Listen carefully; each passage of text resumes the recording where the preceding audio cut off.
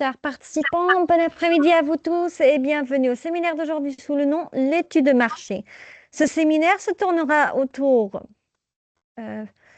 du brainstorming, du test et l'amélioration de votre idée avant de réaliser l'étude de marché et l'identification des méthodes à employer pour votre étude de marché, l'analyse des tendances et l'environnement, analyse PESTEL.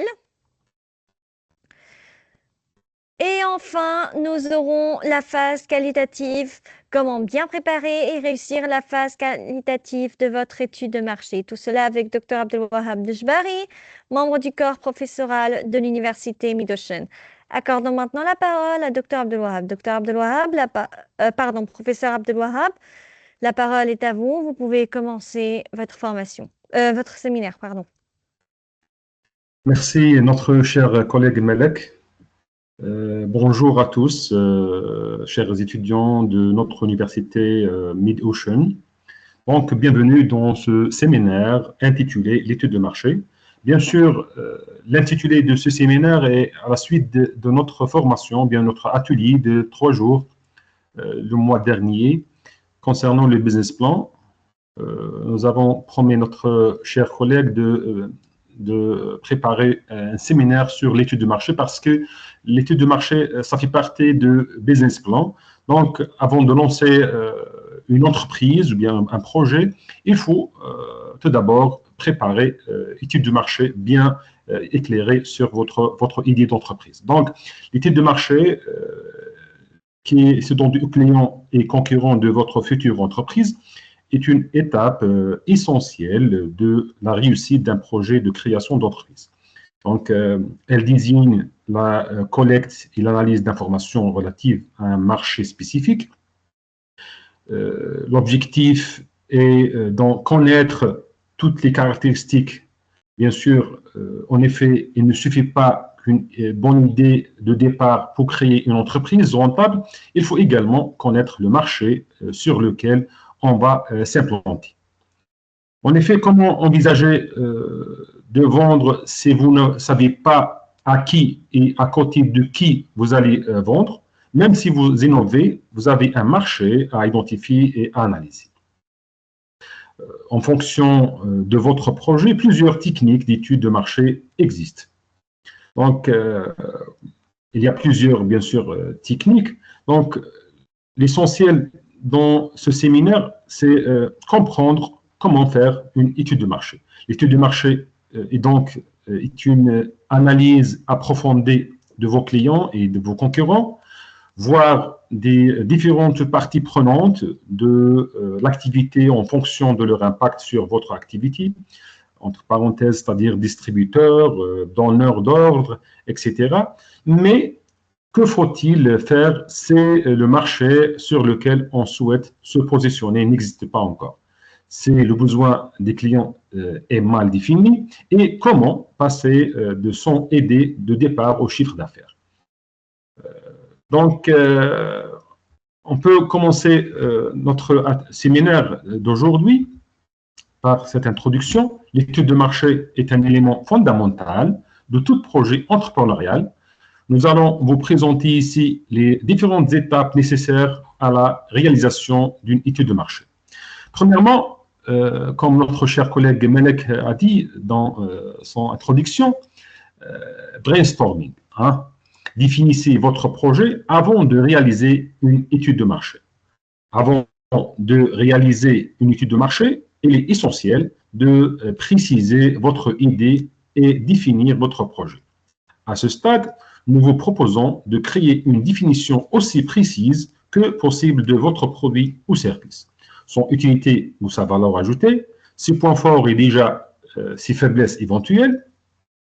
Entre parenthèses, ça c'est l'analyse de SWOT, Strengths, Weaknesses, Opportunities, Threats, c'est-à-dire les points forts et les points faibles, les menaces et les opportunités dans l'environnement externe.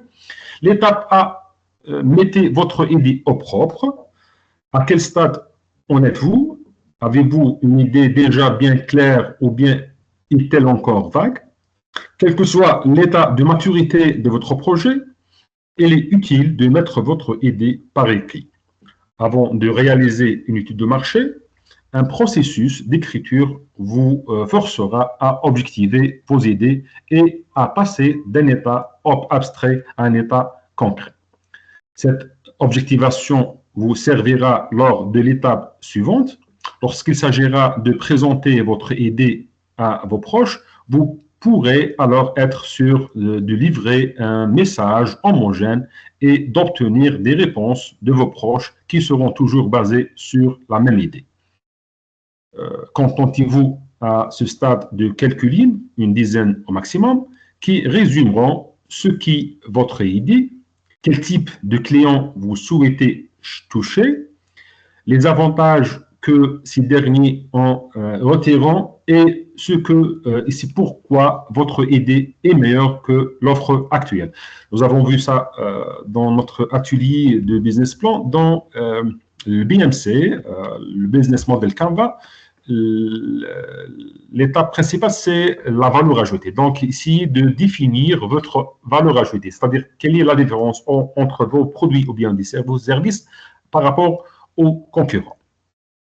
Maintenant, l'étape B, testez votre idée avant l'étude de marché. N'ayez pas peur que quelqu'un vous vole votre idée. Cette peur est irrationnelle et vous privez de feedback précieux. Au contraire, dans la phase la plus précoce de votre projet, bien avant de réaliser une étude de marché, nous vous incitons fortement à tester votre idée auprès de vos amis. Qu'en pense-t-il? Quels sont leurs avis positifs et négatifs? Demandez-leur spécifiquement quel côté négatif ils voient.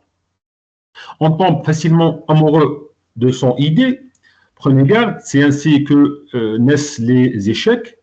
À force d'être trop convaincu, on finit par ne plus voir toutes les erreurs et les choses strates.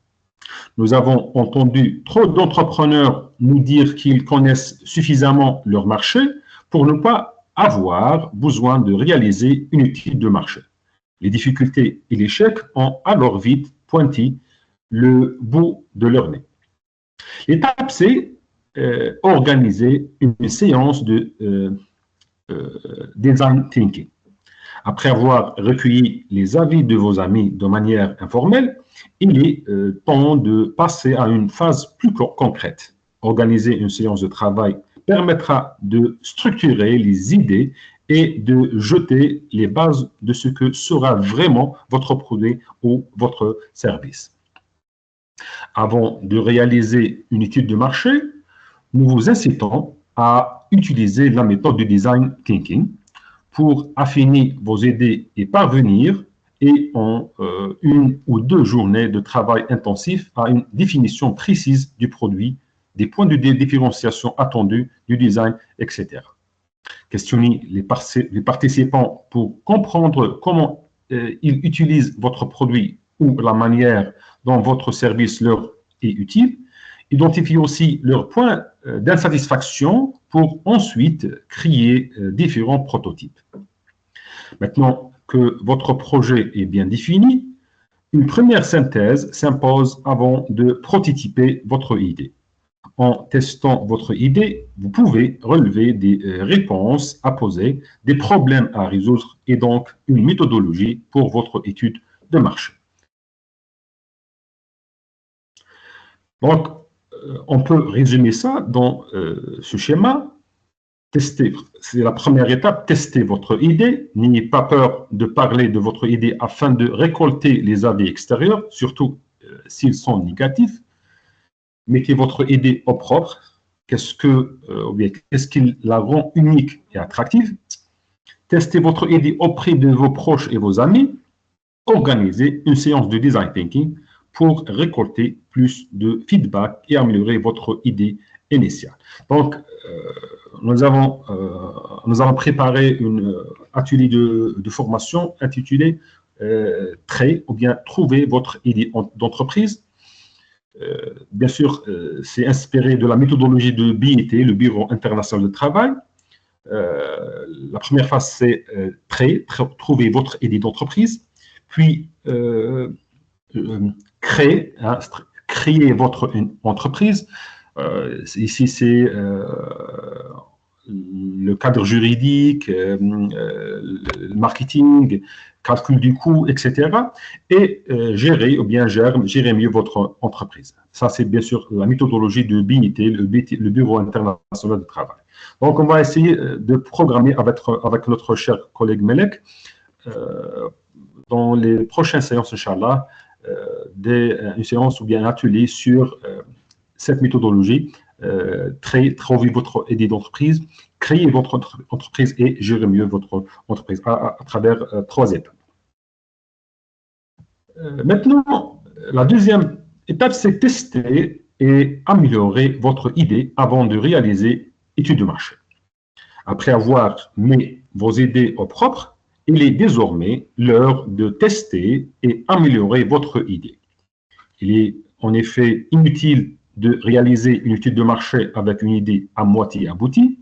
Tester et améliorer encore son idée de départ est une étape importante pour mettre toutes les chances de son côté. Étape A, définissez les problèmes. À ce stade, une première synthèse s'impose. Il faut mettre au propre les enseignements et réflexions tirées des premières phases. Nous vous conseillons de préparer un one-pager, un document de synthèse en 1 page à 4, qui vous suivra partout et répondra les éléments suivants. 1. Votre idée de business en une phrase. Définir son idée peut vous paraître simple, mais la faire tenir en une phrase compréhensible de tout est un exercice plus difficile qu'il n'y apparaît. Cela vous fera réfléchir en outre sur votre futur pitch. Cet exercice qui consiste à présenter à l'oral votre idée pour emporter l'adhésion des banques, investisseurs, business angels, etc. Dans How to pitch your idea. Ça, c'est le résumé de cette phase, c'est-à-dire comment pitcher, how to pitch your idea. Généralement, il y a un exemple de ce qu'on appelle elevator pitch. Elevator pitch, c'est-à-dire vous avez une occasion de rencontrer un business angel, un investisseur dans un ascenseur. Comment le convaincre pendant quelques secondes ou bien quelques minutes. Donc, c'est une technique, comment pitcher, comment présenter votre idée dans un bref deal. Deuxièmement, votre futur marché et ses problèmes. Il est utile de décrire succinctement votre marché, ses acteurs, sa dynamique, vos concurrents, vos clients, afin de forcer votre esprit à créer une première cartographie mentale de l'univers dans lequel vous souhaitez vous projeter. L'écriture vous oblige à matérialiser et à objectiver des pensées qui, sinon, resteraient abstraites et non abouties. Troisièmement, les questions essentielles qui guideront votre étude de marché. Les questions essentielles pour le succès de votre future entreprise ont sans doute découlé des points abordés lors de l'exercice de design thinking. Des zones floues qu'il vous faudra absolument éclaircir ou confirmer dans le cadre de votre étude de marché. C'est le moment de mettre ces questions par écrit et ainsi définir le périmètre de recherche. Celles-ci conditionneront à leur tour la méthodologie à employer pour votre étude de marché. Certains aspects de votre futur marché peuvent en effet être non pertinents et il y aura lieu de ne pas réinventer la roue, mais d'investir du temps dans des activités qui ne vous apporteront pas de valeur ajoutée. C'est-à-dire ici, essayer de concentrer sur les opportunités réelles du marché, c'est-à-dire des vraies opportunités pour être concurrentiel, pour être compétitif à travers les autres concurrents. L'étape B, développer un prototype. Attention, le prototypage, c'est un thème séparé. Le prototypage, généralement, comment préparer votre prototype, bien sûr, lorsqu'on parle du produit, attention, parce que dans le domaine des services, c'est autre chose. Maintenant que la première formalisation est effectuée, il est temps de passer à une phase pratique, le développement d'un prototype. Que votre idée concerne un produit, une application mobile novatrice, un site web révolutionnaire, une nouvelle marque, etc. Croyez-le ou non, un prototype peut toujours être développé. Le développement de ce prototype est essentiel. Il vous permettra de vous confronter à la réalité. Votre produit n'est peut-être pas aussi simple à réaliser que vous le pensez. Votre application pas aussi novatrice que vous l'imaginez. Votre site web pas aussi simple à consulter que vous l'anticipez, etc. Le développement d'un prototype est donc un miroir puissant pour votre réflexion, une étape fondatrice de notre méthodologie pour une meilleure étude de marché.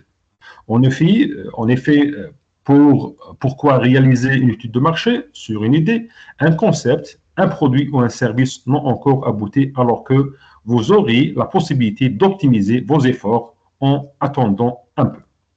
Au final, comme souvent en recherche marketing, tout est question d'itération. Il est inutile de se précipiter. L'étape C, tester votre prototype.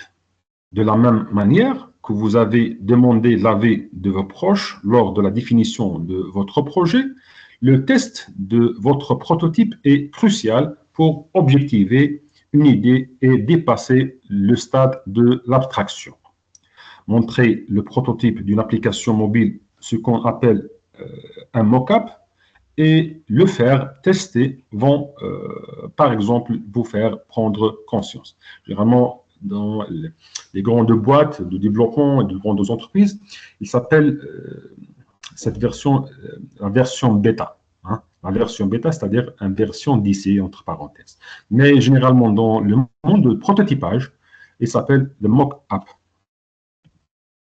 Des problèmes d'ergonomie que vous n'avez pas détectés. Nous avons eu l'occasion de tester et faire tester des dizaines de prototypes d'applications mobiles, même ceux développés par des agents spécialisés ont révélé des erreurs évidentes lors de tests. Ne vous croyez donc pas au-dessus de l'eau.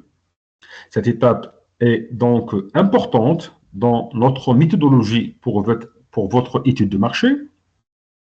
Elle consiste à recueillir de premiers avis sur votre prototype afin de détecter les plus gros problèmes. Inutile en effet de perdre du temps.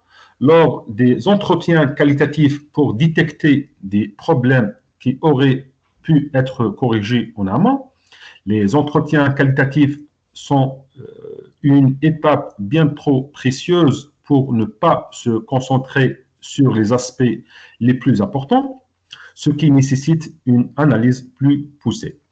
Votre idée de départ devrait maintenant avoir été améliorée. Il vous faut désormais planifier votre étude de marché et choisir les différentes méthodes à utiliser. Donc, ça, dans ces schémas, on peut résumer ce qu'on a dit. Donc, la deuxième phase, c'est améliorer votre idée, corriger les défauts les plus visibles de votre idée et développer un MVP, c'est-à-dire Minimum Viable Product. À travers quoi? À travers définir les besoins des consommateurs auxquels vous voulez répondre, Customer Pains. Généralement, chaque marché, il y a des consommateurs ou bien des clients qui souffrent d'un problème. Essayez de chercher ce problème et donner solution de ce problème à travers une application, un service ou bien un produit, etc.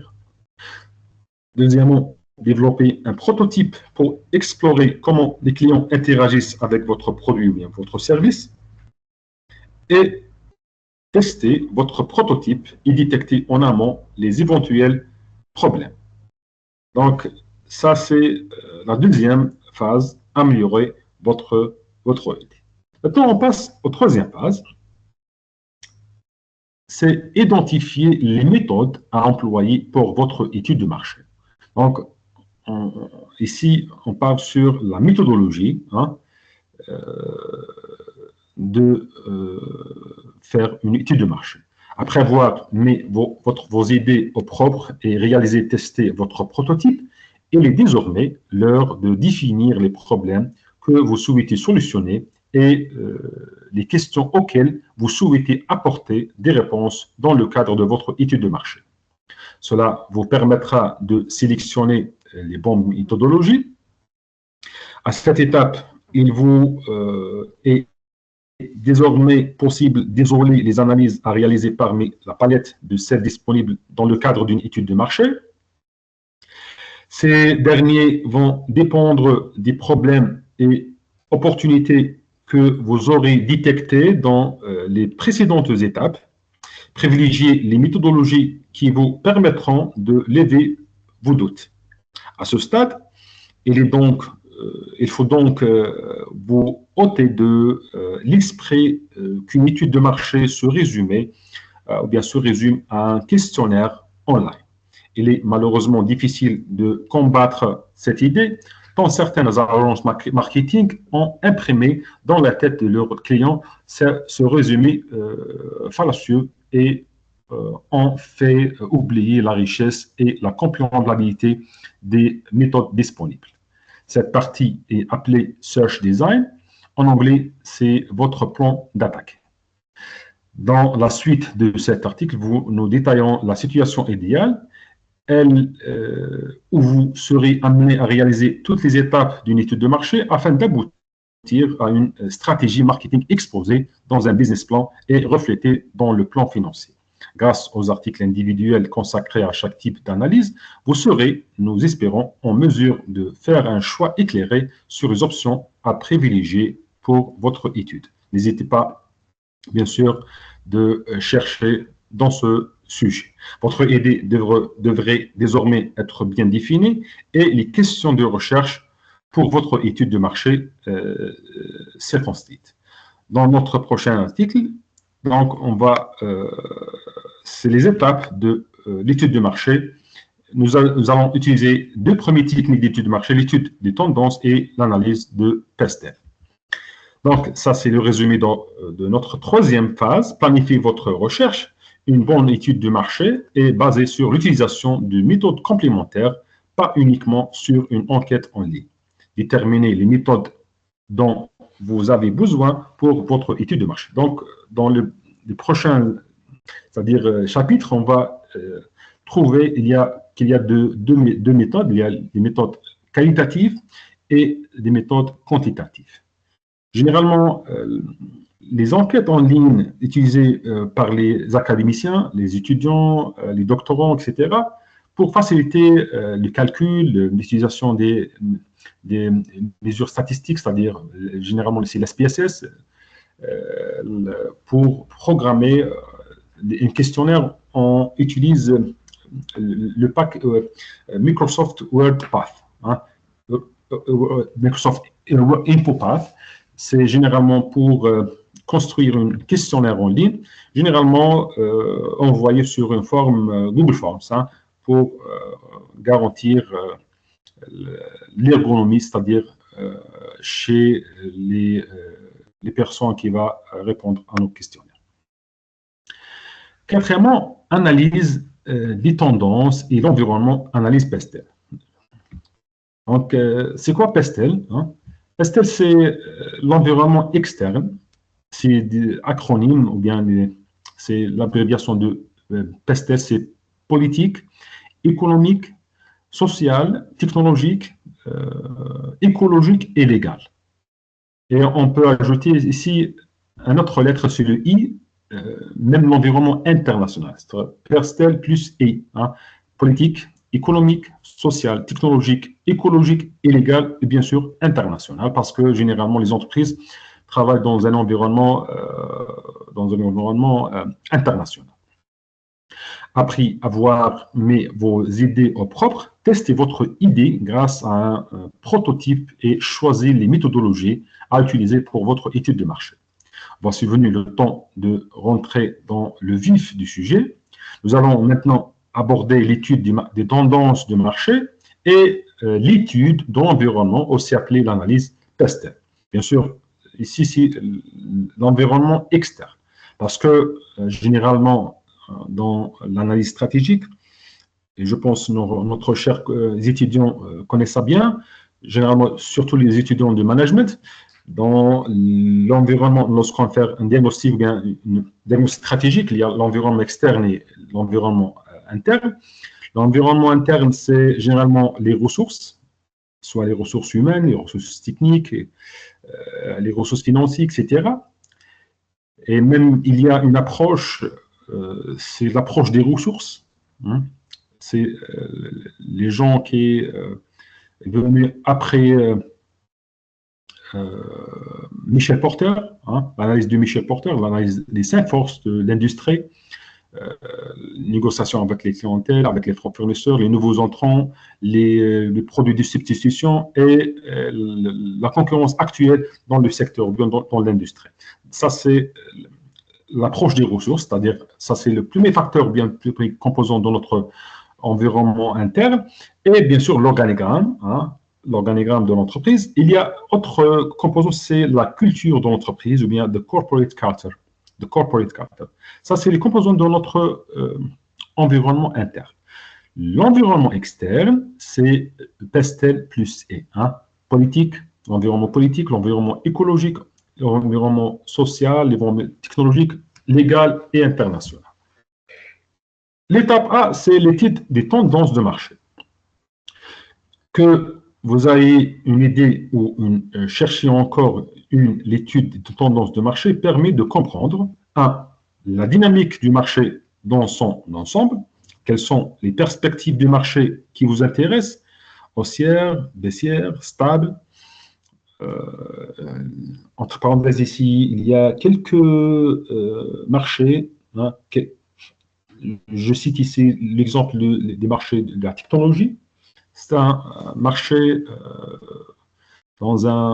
c'est-à-dire un marché instable, parce qu'il y a une évolution, toujours il y a du nouveau, c'est-à-dire il y a toujours une évolution.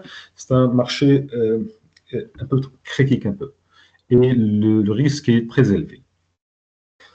S'agit-il d'un marché local, régional ou bien national, avec des perspectives d'internationalisation?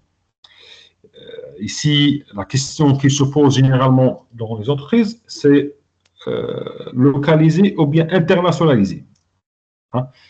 Est-ce qu'on localise notre produit ou bien s'internationalise?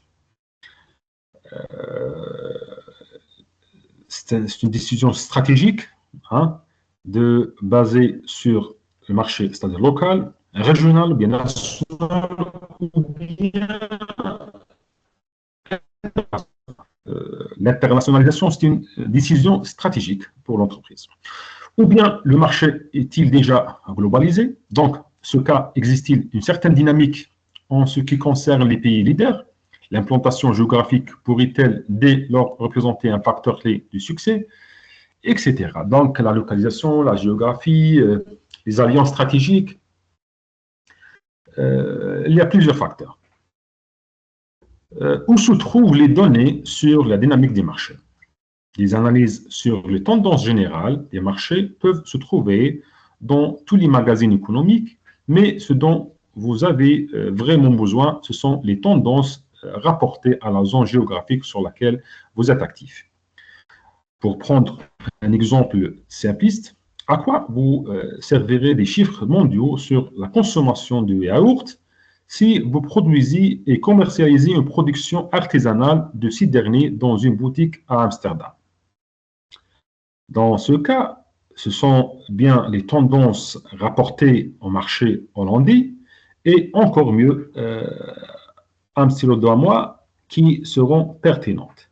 Ces de telles statistiques existent, c'est auprès d'une fédération régionale ou nationale, c'est-à-dire généralement c'est la chambre de commerce, l'industrie, les organismes, les administrations, par exemple la direction de commerce, etc., ou nationale, que vous aurez les meilleures chances de trouver ces données.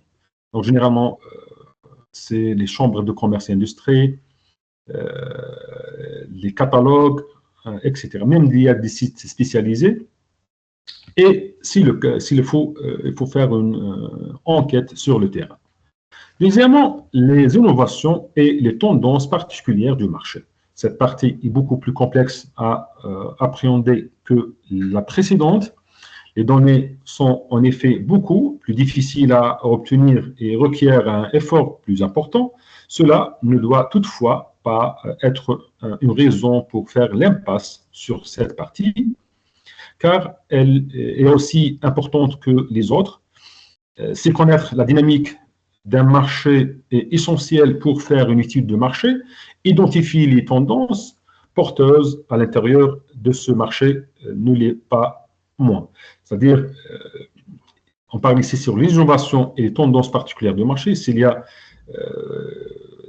des entreprises innovatrices, il y a un mouvement, c'est-à-dire une activité concernant les innovations dans tel ou tel produit, bien sûr sur certains marchés.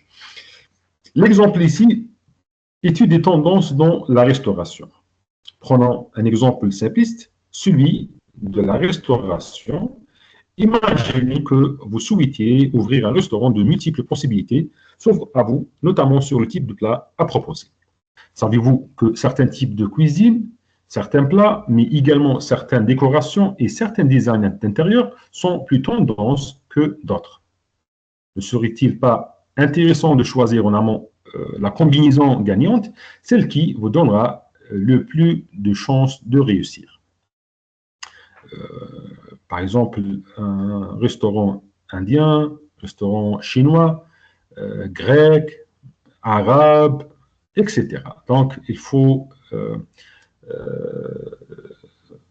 faire attention à certains détails qui en relation avec les tendances, hein, décor, design, intérieur, etc. Autre exemple, c'est l'exemple 2. Quel sera le nouveau concept de restauration à la mode? Une étude de tendance peut également vous aider à identifier le prochain concept à la mode, celui qui fera fureur dans votre région, dans votre pays. Pour faire une étude de marché, il faut alors identifier les tendances dans d'autres pays, les métropoles américaines, New York, Los Angeles, San Francisco, les pays nordiques, Danemark, la Suède, Finlande, Nord, etc., mais également le Royaume-Uni sont des laboratoires d'idées nouvelles qui, testés dans un milieu urbain, prennent parfois racine. Être au premier loge de ces éclosions peut vous procurer un avantage concurrentiel. Généralement, on peut appeler ça les leaders de marché. Les leaders de marché, c'est-à-dire ou bien les premiers entrants dans le marché, c'est-à-dire les plus anciens de le marché. Donc, être au premier loge de ces peut vous procurer un avantage concurrentiel inéliminable, c'est ce que l'on appelle la veille concurrentielle ou veille marketing. L'étape B, c'est l'analyse de l'environnement, analyse de Pestel. De nombreuses contraintes peuvent être exercées sur une entreprise. Malheureusement, certains d'entre elles ne peuvent être contrôlées par le chef d'entreprise. La santé économique du pays, la situation politique, la fiscalité et ses multiples changements, les normes sociales et autres contraintes d'ordre légal ou juridique, l'évolution de la technologie, etc. De nombreux facteurs incontrôlables peuvent néanmoins jouer un rôle important sur le devenir d'une entreprise, quelle que soit. Les startups plus fragiles en phase de démarrage ont généralement peu capitalisé, sont donc tout spécialement sensibles à ces risques et il convient, avant de se lancer, de les étudier systématiquement. C'est l'objet de l'analyse Pestel. Chacune des lettres de cet acronyme présente une composante de ces facteurs de risque incontrôlables par le créateur d'entreprise politique, économique, social, technologique, écologique et légal. Pour la réalisation de cette analyse Pestel, qui n'est au fin rien de plus qu'un va pour permettant de passer en revue systématiquement tous les types de risques, vous serez forcé de réfléchir à des aspects que vous aurez peut-être négligés autrement. Car voilà bien le but de l'étude de marché, vous forcer à réfléchir et à identifier les risques afin de les réduire ou d'en tenir compte de manière consciente et proactive.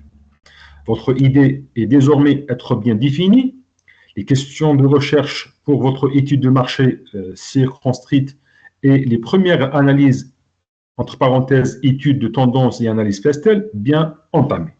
Nous allons maintenant aborder l'étude concurrentielle. Si vous pensez ne pas avoir des concurrents, nous vous invitons vivement à lire ce qui suit. La suite, c'est l'étape C, l'analyse de la concurrence.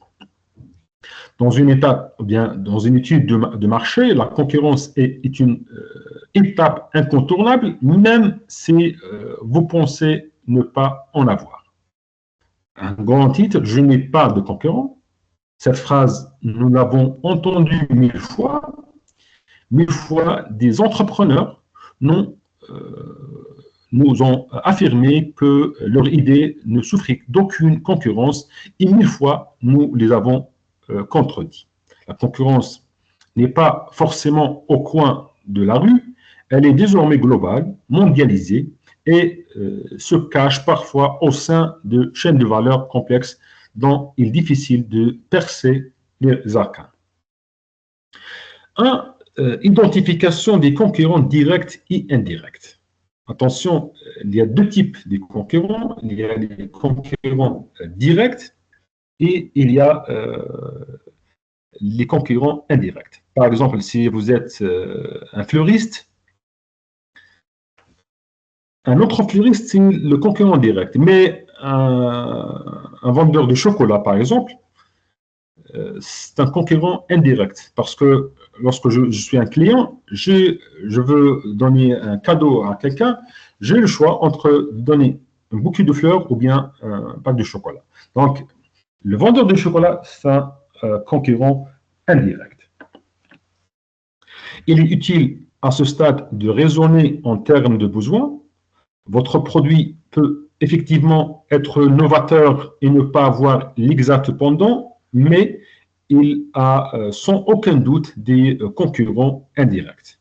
Une concurrence qui, avec un produit ou un service sensiblement différent, satisfont le même besoin. Pour prendre un exemple trivial, la soif peut être épanchée par une multitude de boissons. Un entrepreneur lançant une nouvelle boisson aura donc à se battre contre tous les autres fabricants, même si sa boisson est unique. Nous avons exactement ce cas de figure à traiter en 2015. 2. Définir les critères d'analyse de la concurrence pour votre étude de marché. À partir des données récoltées, il est utile de dresser un premier bilan. Quels sont vos concurrents les plus sérieux? Ce qui risque de vous mener la vie dure sur votre marché immédiat. Ensuite, s'impose une analyse des 5 forces de porteurs qui vous permettra de recenser à froid les forces concurrentielles s'exerçant sur le marché. Afin de bien comprendre quelles sont les forces et les faiblesses de vos concurrents, il peut également être utile de réaliser une phase de mystery shopping. En vous faisant passer pour un client, vous recueillerez de précieuses informations sur la qualité du service, les prix qui peuvent varier des prix officiels comme nous avons pu récemment le constater lors d'une mission sur les maisons de retraite, autant d'informations qui permettront de mieux positionner votre offre et de mieux coller aux attentes du consommateur. Troisièmement, cherchez et trouvez des informations sur vos concurrents. Pour réaliser une étude de marché, vous aurez bien évidemment besoin d'informations sur vos futurs concurrents. À l'heure d'Internet, ces informations sont fort heureusement bien plus facilement accessibles qu'il y a 20 ans. Le site de vos concurrents est en premier lieu un terrain de jeu formidable où nombre d'informations pourraient être récoltées. Il est ensuite indispensable de vérifier leur santé financière sur la base des informations officielles, tribunaux de commerce, banques de données nationales, etc. Une troisième méthode consiste à vous faire passer pour un client pour récolter des informations. C'est ce qu'on appelle le mystery shopping. 4. Benchmarking, comparaison avec la concurrence. Le meilleur moyen d'analyser la concurrence est de vous construire un grand tableau Excel dans lequel vous consignerez vos analyses. Dans les colonnes, vous indiquerez les différents facteurs à analyser, chiffre d'affaires, prix, nombre de collaborateurs, type de clientèle, employés, marché, géographique, service, ainsi que tous les autres critères plus spécifiques pertinents pour votre étude. Vous attribuerez ensuite une ligne à chaque concurrent identifié et n'aurez plus qu'à remplir les cellules du tableau. Un critère important pour les commerces de détail et de manière générale pour toutes les études de marché comprenant des points de vente physiques s'appelle la zone de chalandise ou bien chalandise. Il s'agit de la zone géographique de laquelle viennent la majorité des clients. Cette zone est plus ou moins importante en fonction du type de point de vente, de quelques centaines de mètres de rayon pour la restauration rapide à des centaines de kilomètres pour des commerces de destination. Notre étude de marché sur, par exemple, ce type de produit à Toulouse, en France, se trouve que les clients faisaient parfois plus de 500 km pour venir en 2017, mais cet endroit à Toulouse. Nous allons maintenant aborder une étape de l'étude de marché tout à fait cruciale, l'étude de marché qualitative. Nous commencerons par rejeter les bases à répondre à des questions récurrentes avant de rentrer dans le détail de la réalisation d'entretiens qualitatifs. Donc, ça c'est le résumé de ce qu'on a dit. Donc, observer le marché, ça c'est très très important. Porter un grand ou bien un regard extérieur sur le marché pour comprendre sa dynamique, identifier la concurrence ainsi que les forces et faiblesses de vos concurrents. À travers quoi? À travers analyse des tendances des marchés actuels et futurs, réaliser une analyse pastel pour comprendre l'impact des facteurs extérieurs sur votre futur marché, analyse la concurrence, c'est-à-dire identifier vos concurrents directs et indirects, définissez les critères objectifs pour comparer vos concurrents, trouver des informations sur vos concurrents et réaliser le benchmark ou bien le benchmarking. Le benchmark généralement, c'est le leader des marchés. Le benchmarking, c'est le process de comparer votre KPI, Key Performance Indicators, et le comparer avec les KPI de benchmark, c'est-à-dire le leader de marché. Je donne ici l'exemple, par exemple, dans le domaine des boissons gazeuses. Le leader de marché, c'est, par exemple, c'est Coca-Cola. Donc, on peut voir les indicateurs, les KPI, les indicateurs de performance de cette entreprise et les comparer avec l'autre. La cinquième phase, c'est la phase qualitative. Comment bien préparer et réussir la phase qualitative de votre étude de marché. Nous avons maintenant achevé la phase d'observation avec l'étude de concurrence. Cette dernière suivait l'étude des tendances et l'étude pastel. Nous voici donc parvenus à l'étape cruciale de l'étude de marché, celle qui peut influer sur le succès de votre future entreprise, l'étude de marché qualitative. Nous abordons ici que les entretiens qualitatifs individuels et laisserons de côté d'autres méthodes plus spécialisées en anecdote. Rentrez toutefois déjà à ce stade que les focus group ne sont pas une méthode recommandée pour tirer les quintessences d'une étude de marché qualitative, bien plus efficace qu'un focus group. Des entretiens individuels vous permettront d'obtenir plus d'infos pour votre étude de marché qualitative. Nous allons d'abord préparer la phase qualitative de l'étude de marché en répondant à des questions qui nous sont fréquemment posées et en vous donnant également quelques trucs et astuces. La réalisation des entretiens qualitatifs sera abordée dans le prochain chapitre, Inch'Allah. Mais avant toute chose, commençons par un petit résumé. Les différentes étapes d'un entretien qualitatif en coup d'œil. D'ordinaire, un entretien qualitatif est un face-à-face entre deux personnes, l'interviewé et l'intervieweur. Réaliser un entretien qualitatif nécessite de se plier à certaines règles, notamment de ne pas griller les étapes.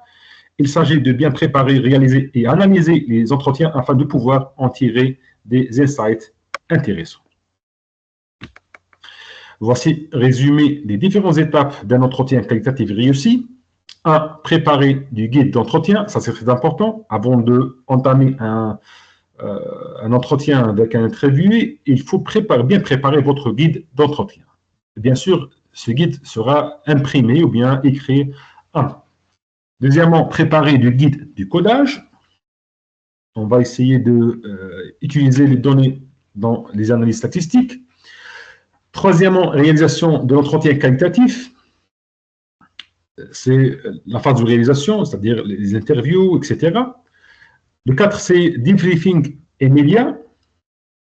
5, c'est transcription de l'entretien. 6, le codage de l'entretien dans un logiciel spécialisé.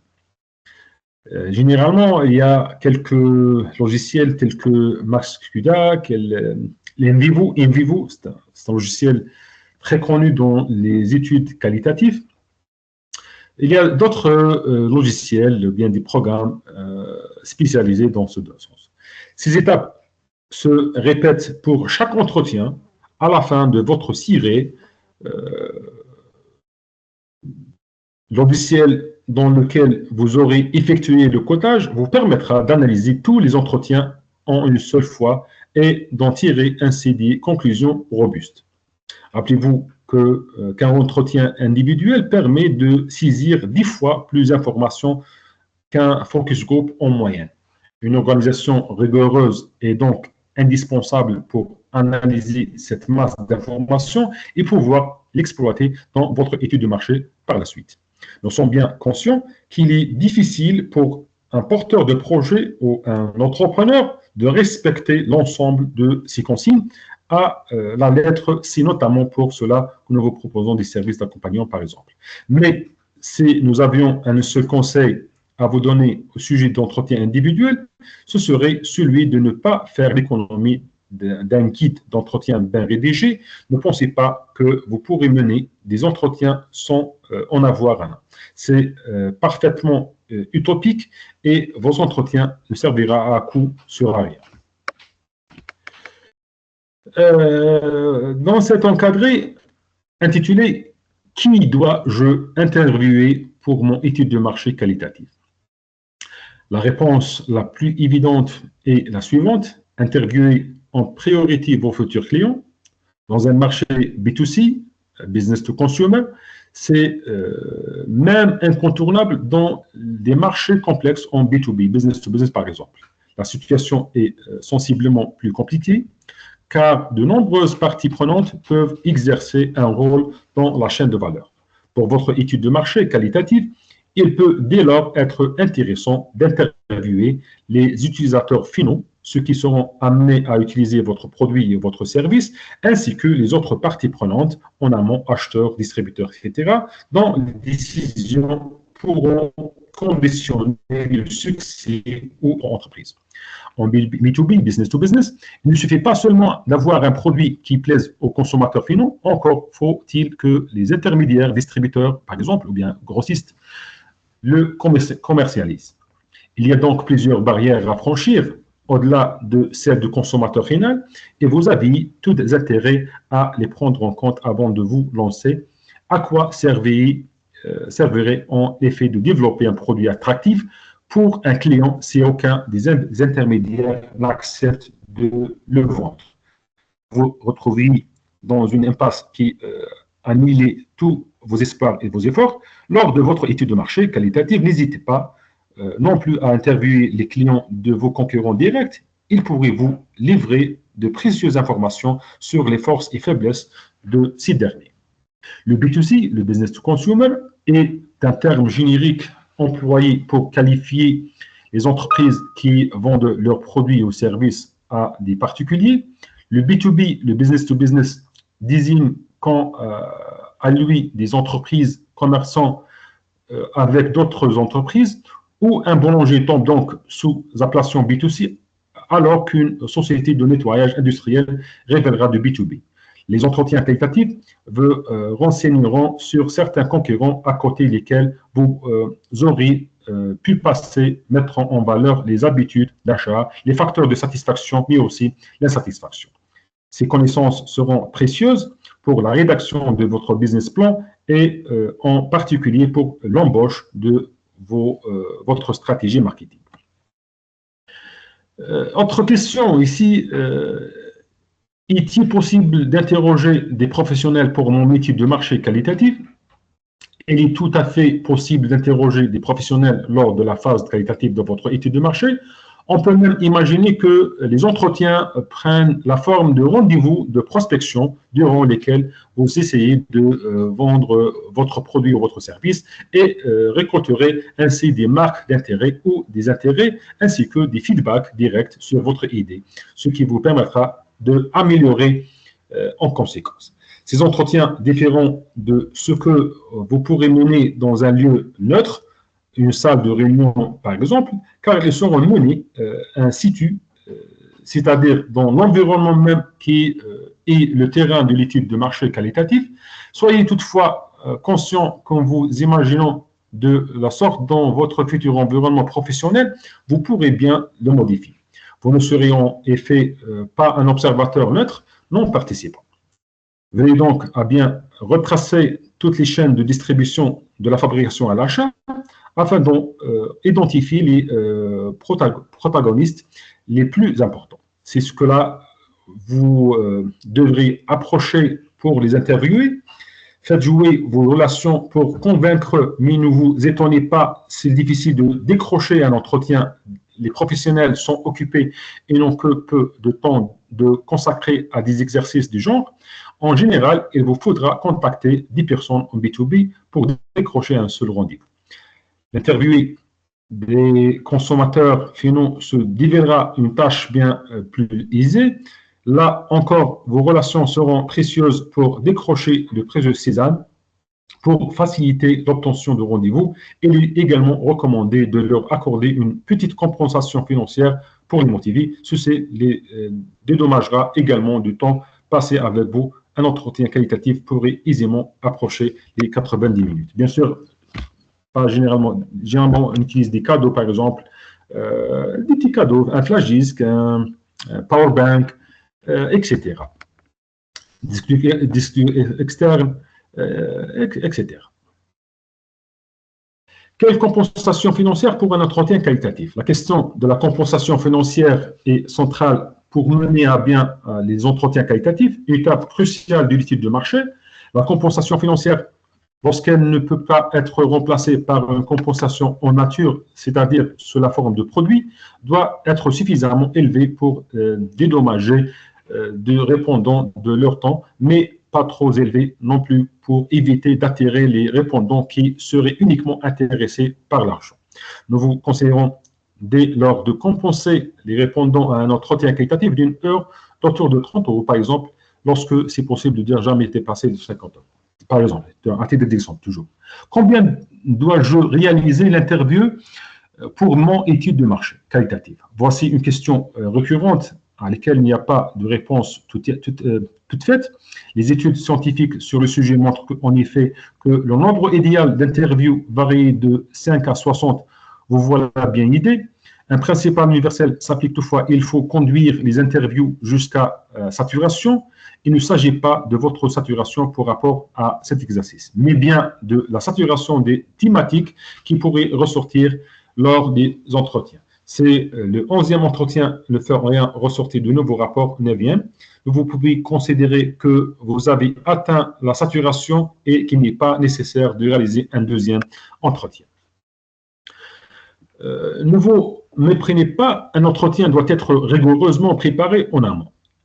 Il ne s'agit en effet pas d'une discussion libre, elle doit être très structurée pour vous apporter des informations nouvelles ou de confirmation si vous recherchez. L'étape A, la préparation de l'entretien qualitatif. La préparation d'entretien commence par la rédaction du guide d'entretien.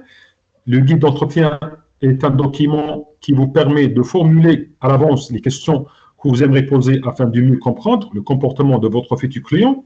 Quelles sont ses habitudes actuelles? Quels sont ses problèmes? Quelles sont ses aspirations? Comment reçoit-il votre idée? Que pense-t-il de votre prototype, etc. La plupart de ces questions découleront naturellement de l'étape 3, durant laquelle vous aurez assurément identifié les problèmes principaux auxquels vous devrez trouver des réponses. L'étape B, la rédaction du guide d'entretien. La rédaction du guide d'entretien est un processus itératif.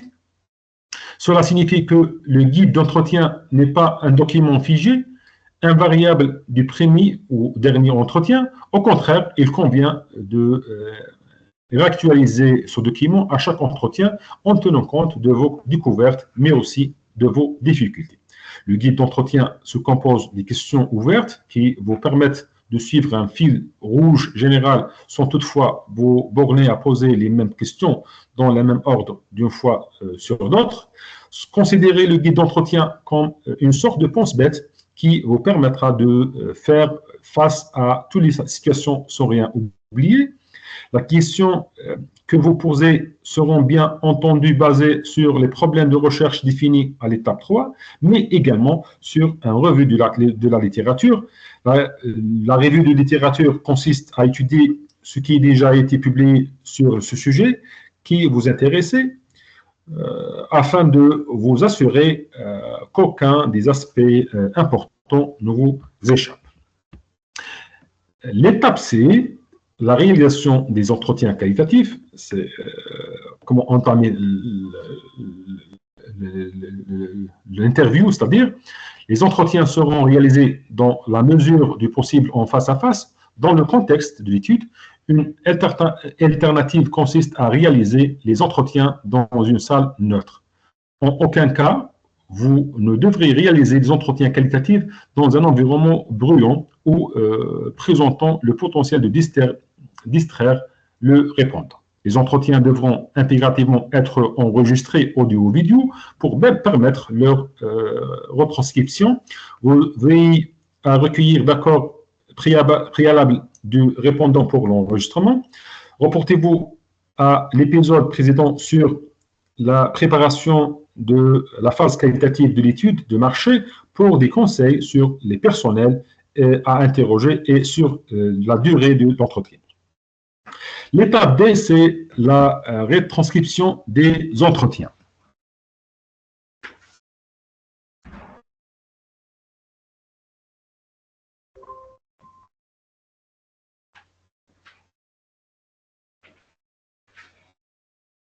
Pardon. La première chose à faire est de converser ou bien conserver vos impressions à chaud. Dès la fin d'un entretien, nous vous conseillons de consigner immédiatement vos impressions sur votre enregistreur vocal. Cela vous sera utile par la suite au moment de l'analyse de vos entretiens. Une fois l'entretien fini et vos impressions consignées, il est l'heure de passer à la transcription de l'entretien par transcription en temps, la transcription mot à mot de tout ce qui a été dit. Certains chercheurs en marketing transcrivent même les hésitations, répétitions et autres tics de langage des répondants. Les entretiens, pour pouvoir être analysés, devront être transcrits mot à mot. C'est indispensable pour la phase de codage suivante. Dans la pratique, vous pouvez effectuer ce travail sur Microsoft Word en revenant à la ligne à chaque changement d'interlocuteur. pour des raisons de confidentialité, nous protégeons l'identité des répondants et n'identifions ainsi le répondant que par un code. Nous obtenons ainsi une séquence qui ressemble à la suivante. Intervieweur, la question. Répondant 1, réponse. Intervieweur, la question. Et répondant 1, la réponse. L'étape suivante, c'est l'étape E, codage et analyse des entretiens qualitatifs. Une fois la transcription effectuée, vous êtes prêt pour vous lancer dans le codage de l'entretien. Il s'agit là d'une phase laborieuse, mais ô combien enrichissante. Si vous en savez la possibilité, nous vous conseillons de demander à une tierce personne de réaliser ce codage afin d'éliminer tout biais possible. C'est comme cela que nous procédons pour nos clients. Une personne prépare le guide d'entretien et réalise les entretiens, une autre les transcrit, une troisième les code. Le codage est une phase manuelle qui permet d'identifier dans la transcription des mots, phrases ou portions de phrases se rapportant à une thématique donnée. L'idéal de réaliser un guide de codage qui consensera toutes ces thématiques.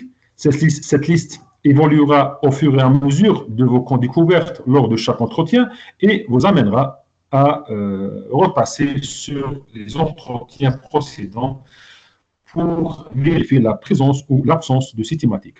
Nous vous conseillons fortement d'utiliser un logiciel spécialisé pour vous aider dans cette tâche. Plusieurs logiciels existent, Max Studio, Envivo, Atlas, TA, etc. Une fois le codage effectué, ces logiciels permettent une multitude d'analyses. Un logiciel comme MaxQDA, par exemple, permet de calculer les corrélations entre thématiques. Cette fonction est particulièrement utile pour identifier les thématiques les plus importantes et les clients de parentalité existants. Vous pourrez ainsi aisément classifier et catégoriser les aspects les plus importants de votre recherche et les inclure dans la phase quantitative. Nous allons maintenant aborder une étape précieuse, ou bien une étape spécifique au commerce de proximité, celle de l'étude d'implantation. Si vous comptez vous positionner dans le marché B2C, business to consumer, et que vous prévoyez d'avoir un point de vente, ce qui suit devrait vous intéresser au plus point. Donc, dans cet encadré, l'étude d'implantation pour les commerces de proximité. Si votre projet est dans le commerce de proximité, une analyse d'implantation de votre point de vente vous évitera de commettre des erreurs fatales. Si vous comparez, ou bien si vous comptez lancer un point de vente physique, c'est-à-dire un magasin, rien n'est plus important que sa localisation. Nous allons maintenant aborder cette question, location, location, location, disent les agents immobiliers anglophones, comme pour mieux souligner l'importance primordiale de l'endroit où vous vous implantez par rapport à toutes les autres variables.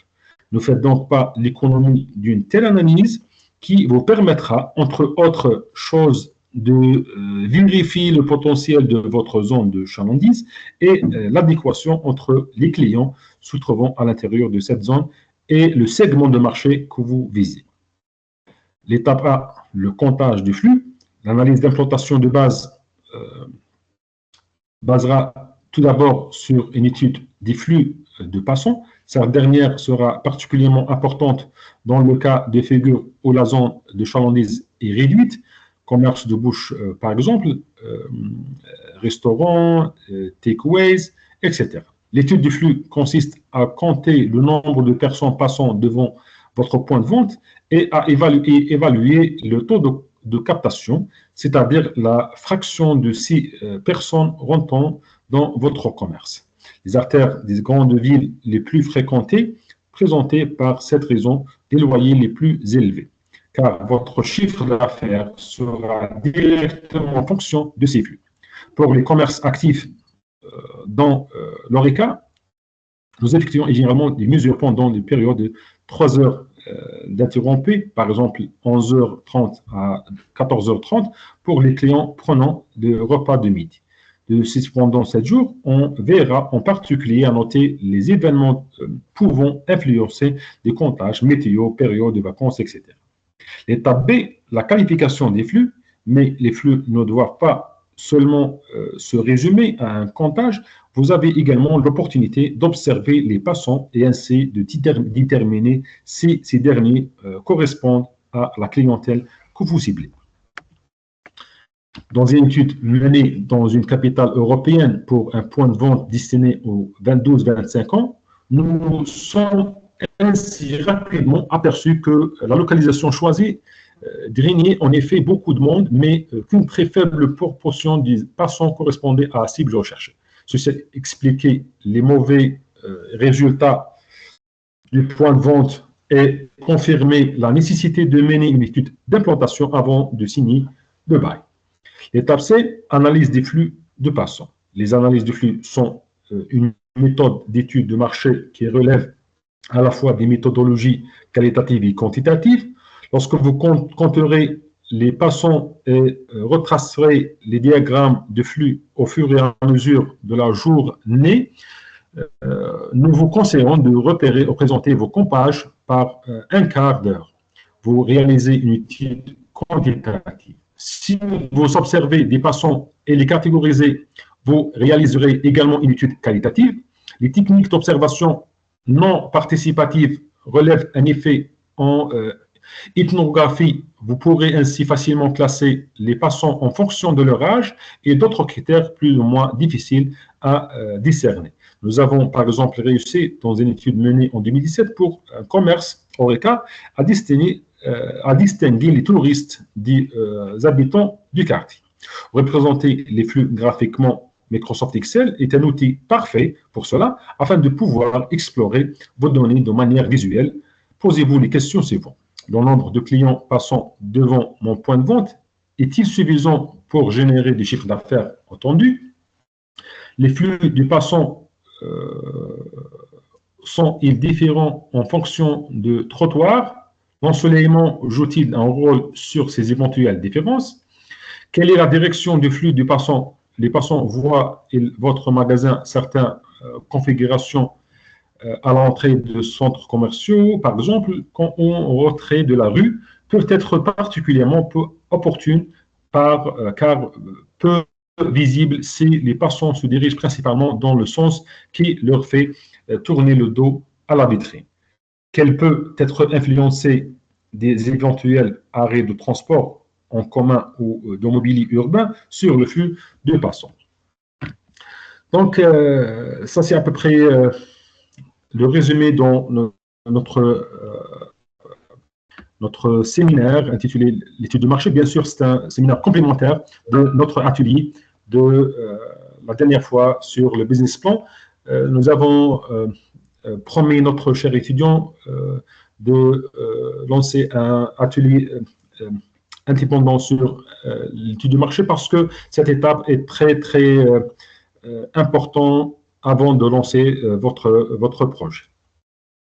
Donc voilà, ça c'est à peu près le résumé, ce que je veux dire dans ce thème. Donc si vous avez des questions, je suis à votre disposition. Questions, suggestions, commentaires, etc. Merci infiniment à vous, docteur, pour tous vos efforts. Pour ceux qui ont des questions, veuillez s'il vous plaît soit lever la main, soit écrire vos questions sur le chat.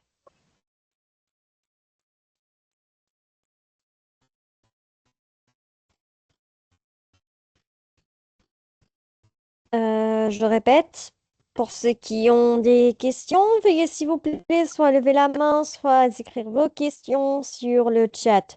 Professeur Abdelwahab Dejbari est à votre disposition.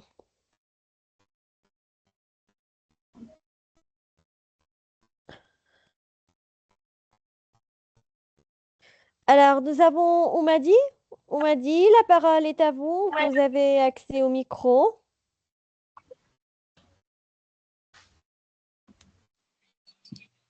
Bonsoir, cher professeur, cher Malek. Bonsoir. Et,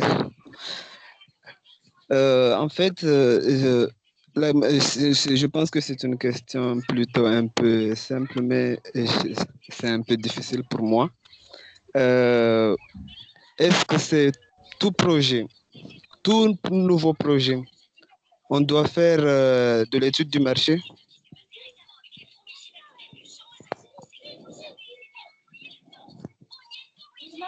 Ouais. Pourquoi j'ai posé cette question? Moi, comme je comprends, selon moi, ce que je comprends, si par exemple j'ai une entreprise qui fonctionne déjà, mais je veux développer un nouveau projet, c'est peut-être pour moi, c'est là que je devrais faire l'étude de marché. Très bien. Excellent. Oui, oui. C'est une question très importante. Hein. Merci, M. Hamoudi Aboubakar. Parce que, vraiment, pas forcément, hein, tous les projets ne nécessitent pas une étude de marché complète, mais presque tout gagne à avoir une. Même simplifié, voici l'explication. Quand une étude de marché est indispensable, elle devient nécessaire lorsque le projet vise à vendre un produit ou service sur un marché concurrentiel. S'il y a un investissement important local, machine, personnel, il est nécessaire de faire une étude de marché. Le succès du comportement des clients, ou bien les consommateurs, les demandes, les prix, les attentes, etc. Si vous cherchez du financement à travers les banques, les investisseurs, business angels, etc., ils sont exigent une étude. Hein. Donc, je cite si vous essayez d'ouvrir un café, lancer une application, créer une formation payante, démarrer une entreprise de services, etc. Ça, c'est le premier cas. Deuxième cas, quand une étude de marché peut être simplifiée en non formel. Pour certains projets internes très simples, une étude rapide peut suffire. Par exemple, projet académique ou institutionnel sans objectif commercial direct. Le cas chez vous au Comores, le cas de Mid-Ocean University, c'est une université, si vous voulez, académique du but non lucratif. Donc, Mid-Ocean au Comores, c'est une entreprise à but non lucratif, c'est-à-dire le but c'est pas lucratif. Projet public où le besoin est déjà identifié par une politique nationale. Dans ce cas, on n'a pas besoin d'une étude de marché. Projet pilote au prototype pour tester une idée avant d'investir. Projet où vous connaissez déjà très bien le domaine. Par exemple, vous travaillez depuis longtemps dans le secteur. L'exemple de M. Hamadi Aboubakar, il travaille dans un projet, et ils connaissent bien le marché dans le secteur d'activité, donc il n'est pas évident de faire une étude de marché. Troisième cas, quand l'étude de marché n'est pas nécessaire, le projet est économique, par exemple social interne, amélioration de procédures. Aussi, il n'y a pas de public cible externe et pas de concurrence. Je parle ici sur le marché monopolistique, généralement les projets de l'État. Hein. Les besoins sont déjà définis par décision administrative ou institutionnelle. Donc, on peut résumer la réponse de ces questions. Projet commercial est égal étude de marché, recommandé, même si c'est simple. Projet interne non économique, pas forcément nécessaire. Gros investissement est égal étude obligatoire. Donc, Hamadi Aboubakar, merci pour votre question. Magui, c'est une question de base, hein, parce que pour un entrepreneur, on est généralement plus start-upper, avant de lancer votre projet ou votre start-up, il faut faire une étude de marché, il faut bien définir votre clientèle, soit actuelle ou soit potentielle. Donc, merci Aboubakar pour votre question. Super. Donc, Merci à vous. Nous avons quelques questions sur le chat de Ahmed. Bonjour, quelle est la différence entre étude de marché et le business plan? Pour ouvrir une entreprise, on réalise d'abord l'étude de marché en premier ou bien le business plan? C'est une question très importante. Quelle est la différence entre business plan et étude de marché? Premièrement, l'étude de marché, ça fait partie de notre business plan. L'étude de marché comprend l'environnement. Hein. L'étude de marché est une analyse qui permet de comprendre la demande, c'est-à-dire le client, les besoins, le comportement, la taille du marché, l'offre.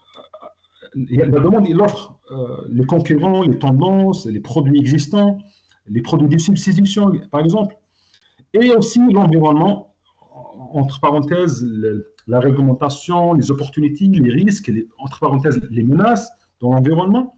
L'objectif, c'est vérifier si l'idée est viable et si le marché existe. C'est donc une partie du business plan centrée uniquement sur le marché. Dans la contrepartie, le business plan, c'est un document complet de projet. Le business plan est un document global qui présente votre étude de marché, votre offre produits et services, votre stratégie commerciale, votre business model, c'est-à-dire le modèle économique, modèle d'affaires, votre plan marketing, votre plan opérationnel concernant les ressources, l'équipe, le processus, vos prévisions financières, vos sources de financement, etc. Donc, l'objectif, c'est convaincre un investisseur, ou bien une banque, ou un partenaire, ou bien un business angel. Donc, l'étude de marché, il figure comme un chapitre, mais le business plan est beaucoup plus large. L'étude du marché, ça en résumé, l'étude du marché vérifie la viabilité du marché. Le business plan explique comment vous allez réussir sur ce marché. C'est une question très importante. Merci, notre cher étudiant, comment il s'appelle? Ahmed. Merci, Ahmed. C'est une question très importante. Concernant la deuxième partie de votre question, pour ouvrir une entreprise, on réalise d'abord le business plan tout d'abord ou bien l'étude de marché. Donc, on réalise premièrement l'étude de marché en premier. Hein. On compense toujours par l'étude de marché, puis vient le business plan. Parce que l'étude de marché sert à vérifier si votre idée est viable, comprendre les besoins des clients, analyser la concurrence, estimer la taille du marché, détecter les opportunités et les risques. Donc, c'est l'étape qui vous dit mon projet peut-il marcher. C'est cette étape, le reste du business plan serait construit sur des suppositions. Ensuite, le business plan, une fois l'étude de marché faite et les informations confirmées, vous rédigez le business plan qui contient votre modèle économique, pardon, votre stratégie marketing, votre stratégie commerciale, votre organisation interne, votre plan financier, votre plan de financement, etc. Donc, le business plan répond comment vais-je réussir et combien cela va me coûter ou bien rapporter. Donc, en résumé, l'étude du marché, comprendre le marché, et le business plan, construire le projet sur les bases solides. Normalement, ça c'est la réponse de M. Ahmed. Ahmed, merci pour votre question. Est-ce qu'il y a des autres questions, Malek?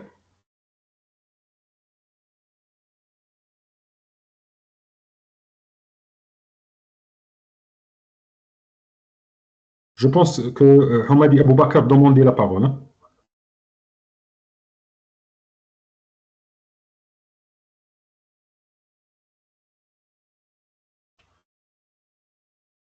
Vas-y, vas-y, Hamadi Aboubakar, vas-y.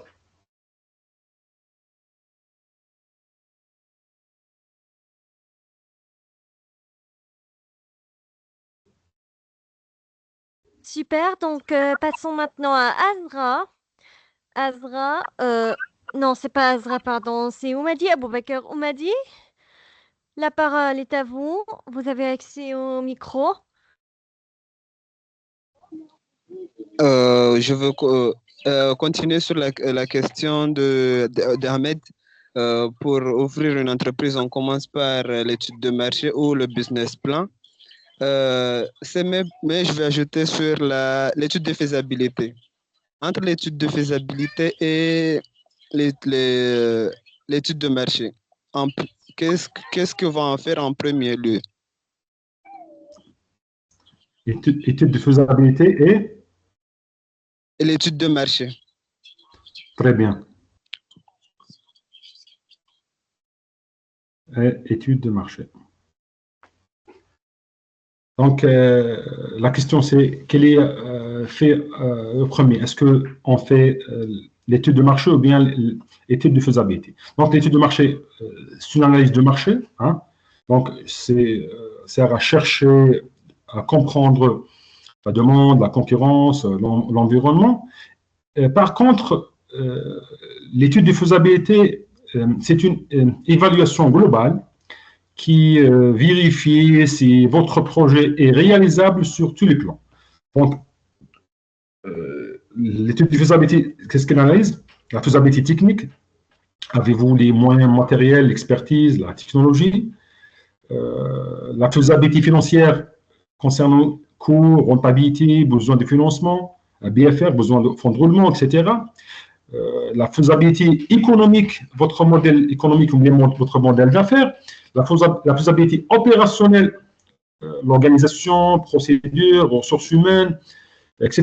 Et risque de projet, c'est-à-dire les obstacles ou bien les contraintes limites. Donc, le projet peut réellement être mis en œuvre et devenir rentable. Elle dépend à la question, puis-je réaliser ce projet et sera-t-il rentable? Donc, l'étude de marché, ça fait partie de l'étude de faisabilité, et l'étude de faisabilité est égale l'étude de marché plus l'analyse technique plus l'analyse financière et plus l'analyse des risques. Ça, c'est la réponse. Donc, on peut résumer ça. L'étude de faisabilité est égale, comme équation, est égale étude de marché plus analyse technique plus analyse financière plus analyse des risques. Merci pour votre... c'est une question très importante. Hein. Merci, Aboubakar. Oui, merci à vous, docteur.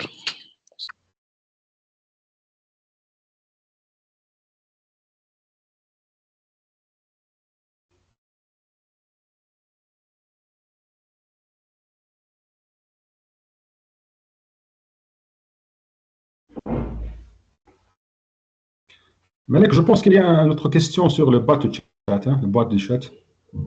Je pense qu'il y a une question.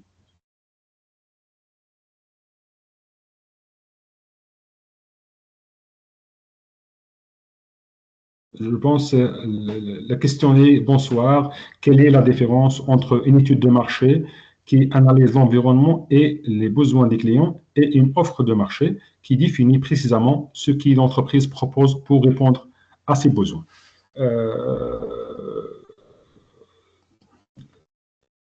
Donc, je pense que c'est une question de monsieur Al-Badawi Soufouni. Hein, Al-Badawi Soufouni. Donc, c'est une question très importante. Il est posé une question, la distinction entre l'étude de marché et l'analyse, bien l'étude, c'est-à-dire l'étude de marché et le test de marché. Donc, l'étude de marché, comprendre l'environnement et les besoins. L'étude de marché est un travail d'analyse. Elle sert à analyser l'environnement, entre parenthèses ici, les tendances du secteur, la réglementation, l'innovation, les opportunités et menaces. Aussi, comprendre les besoins des clients, quels sont les clients, quels problèmes ils veulent résoudre, ce qu'ils attendent en termes de qualité, prix et service. Aussi, étudier la concurrence, offres existantes, forces et faiblesses des concurrents, positionnement général du marché. La finalité, c'est quoi? C'est savoir quel est le marché et ce que les clients recherchent vraiment. Par contre, l'offre du marché, ce que l'entreprise propose. l'offre de marché est la réponse concrète de l'entreprise aux besoins identifiés dans l'étude de marché. Elle précise le produit ou service exact, c'est-à-dire ici caractéristiques, fonctionnalités, niveau de qualité, le prix, stratégie tarifaire, option de formule, la valeur ajoutée, hein, ce qui différencie l'entreprise des concurrents, pourquoi le client devrait choisir cette offre, et aussi les modalités, hein, conditions de livraison, service après-vente, les garanties, le packaging, un conditionnement, les canaux de distribution, etc. Donc, la finalité, c'est quoi? C'est formuler clairement la solution que l'entreprise met sur le marché. Donc, on peut résumer ça en une phrase. L'étude du marché analyse le monde extérieur, clients, concurrents, tendances, tandis que l'offre de marché définit ce que l'entreprise propose comme solution concrète pour répondre à ses besoins. Ça, c'est à peu près la réponse de ces questions. Donc, merci, monsieur Al-Badawi Soufouni, pour votre question. Super, donc je pense que nous avons vu quelqu'un qui a levé la main. Je ne m'en souviens plus qui il était. Ah voilà, El Amin Moubin. El Amin, la parole est à vous. Vous avez accès au micro.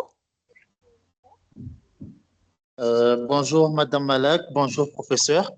Ma question est de savoir si c'est nécessaire de toujours vouloir faire une étude de marché avant toute sorte de marché. Ma deuxième question est de savoir quelles sont les conséquences récurrentes si on essaie de faire un marché sans faire une étude. Merci. Et j'ai une troisième question. La troisième question est de savoir si les petits business sont toujours très recommandés à faire des études de marché. Par exemple, des marchés ambulants. Est-ce qu'on a toujours besoin de faire des études de marché? Très bien. Merci, Amine. Question très intelligente. Écoute, concernant la première question, on dit qu'il y a des marchés qui nécessitent étude de marché, hein, c'est-à-dire quand l'étude de marché est indispensable, c'est-à-dire lorsque le projet vise à vendre un produit ou service sur un marché concurrentiel, ici c'est obligatoirement de faire une étude de marché. Il y a un investissement important, local, ou bien machine, personnel, c'est très important, très crucial de faire une étude de marché parce qu'il y a beaucoup d'investissement, si vous voulez. Le succès dépend du comportement du client hein, concernant la demande, les prix, les attentes. Hein. Je donne ici chez nous, à mon pays ici, lorsque un opérateur égyptien entre dans la télécommunication, dans la téléphonie. Hein. Je me rappelle bien qu'en 2002, je pense, en 2002-2003, en 2001, hein, en 2001, cet opérateur égyptien s'appelle Orascom Telecom, entrait dans notre marché de téléphonie avec la marque brand Dizzy. Hein. C'est le premier opérateur de téléphone mobile. Donc, premièrement, l'entreprise fait une étude de marché hein, par une cabinet international, un bureau de conseil et d'études de marché, parce que la taille de marché est très importante et le comportement du consommateur n'est pas prévisionnel. Et si vous cherchez du financement, bien sûr, il est obligatoire de faire une étude de marché parce que le banquier ou l'investisseur exige une étude. Donc, il y a autre cas. L'autre cas, c'est pas lorsque l'étude de marché, c'est pas obligatoire. Lorsque un projet académique ou bien institutionnel, je cite ici le cas de Mid-Ocean aux Comores, c'est une université du but non lucratif. C'est-à-dire il y a sans un objectif commercial direct, produit public par l'État, par exemple, hein, parce que généralement, les projets publics réalisés par l'État ne servent pas à une étude du marché. projet pilote ou bien prototype de tester l'idée avant d'investir, ou bien un projet, vous connaissez déjà très bien la demande. Exemple, je travaille depuis longtemps dans le secteur. Par exemple, Abou Bakar travaille par exemple dans une agence de tourisme, hein, agence de voyage. Donc, ils connaissent bien le secteur de tourisme aux Comores. Donc, il n'est pas obligatoire de faire une étude de marché. Donc, deuxième question, c'est quelle est la conséquence? La conséquence, c'est l'échec. Hein.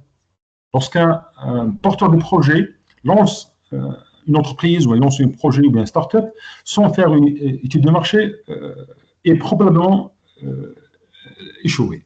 Parce que généralement, on fait les études de marché pour connaître bien notre clientèle potentielle, nos concurrents, les produits, les leaders du marché, etc.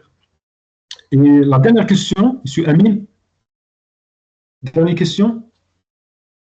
La troisième question, c'était de savoir si même les petits business ont besoin d'études de marché, par exemple les marchés ambulants, par exemple. Ouais. De préférence, il faut faire une petite étude de marché. Hein, étude de marché simplifiée. Au moins, il faut savoir la clientèle, hein, quel est notre client, les concurrents, hein, les grands concurrents, les leaders de marché, les produits de substitution. Je cite ici l'exemple de vendeur des fleurs, un fleuriste qui vend des fleurs. Lorsque en face de lui, il y a un chocolatier, c'est-à-dire une boutique de chocolat, c'est un concurrent, mais un concurrent indirect. Parce que lorsque exemple ici, j'essaie de donner un cadeau à quelqu'un, j'ai le choix entre de donner un bouquet de fleurs ou bien un pack de chocolat, par exemple. Donc, ici, c'est une concurrence indirecte. Donc, dans le cas des projets artisanaux, des petits projets, il est préféré de faire une étude de marché. Merci, Amine, pour votre question. Merci à vous, professeur, et merci à Madame Malak. Merci à vous d'avoir répondu à mes questions. Merci beaucoup. Merci, Amine. Merci, monsieur. Super. Donc, pour ceux qui ont des questions, veuillez s'il vous plaît soit lever la main, soit écrire vos questions sur le chat.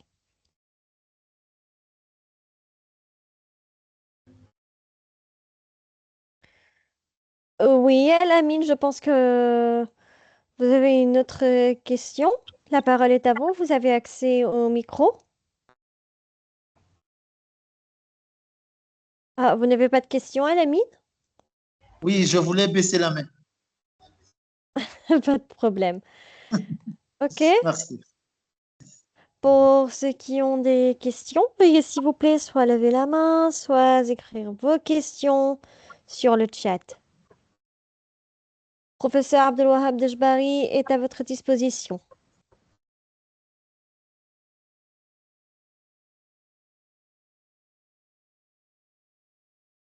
Je pense que personne n'a des questions et que tout est clair. À la fin du séminaire d'aujourd'hui, professeur, voulez-vous ajouter quelque chose? Merci. Je veux remercier nos chers étudiants, Hassan Assoundi, Azad Bakari, Al-Amin Moubin, Al-Arif Mohamed Soulihi, Al-Badawi Soufouni, Ouzaidou Hamadi. Donc, merci à vous-même, Madame Malek, pour votre animation de cet séminaire sur l'étude de marché. Merci infiniment. Merci infiniment à vous, professeur, pour tous vos efforts. Merci aux participants pour avoir participé au séminaire d'aujourd'hui. Attention tout le monde, nous avons un certificat de participation. Veuillez s'il vous plaît vous inscrire via le lien envoyé sur le chat. Pas d'inscription, pas de certificat de participation. Vous pouvez également suivre les dernières actualités concernant les séminaires, formations, ateliers, concours et l'inscription au programme d'études de l'université via le compte officiel de l'université sur Facebook, le groupe WhatsApp des activités étudiants ou encore le site web. Merci à vous tous. Nous verrons Inch'Allah dans les prochaines activités. Ne loupez pas nos prochaines activités et surtout le séminaire de la semaine prochaine sous le nom Logique mathématique logique ou logique mathématique. Merci à vous tous. Nous vous souhaitons une excellente fin de journée. Au revoir. Au revoir, merci.